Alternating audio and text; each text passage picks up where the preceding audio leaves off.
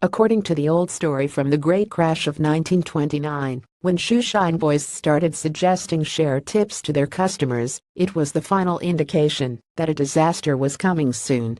In the run into the bursting of the dot-com bubble, and again in 2007 ahead of the financial crisis, observant skeptics in New York knew their feeling of alarm was justified when they heard from cab drivers taking them to JFK who had borrowed on their credit cards to buy shares and loaded up with 4 mortgages on houses that had gone up so much in value in the late 1990s and early 2000s they could not lose.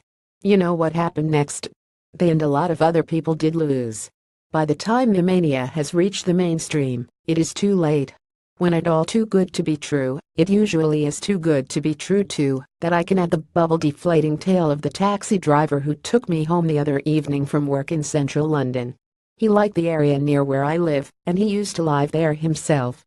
He had kept hold of his property and rented it out, he said, but several years ago he moved east and back into his other house, a large but dilapidated Victorian property he had bought for around £250,000 at the turn of the century, pre-regeneration.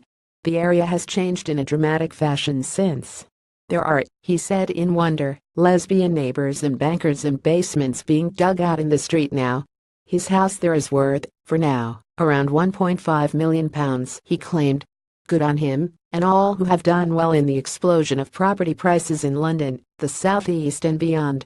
Realizing early on the power of property and working multiple jobs to keep up the payments down the years, he has built a decent-sized empire, although he lamented it all being tied up in bricks and mortar. For unlimited access to Reaction, subscribe for £1 per week. Follow Reaction on Twitter. Stay up to date with the featured content from Reaction.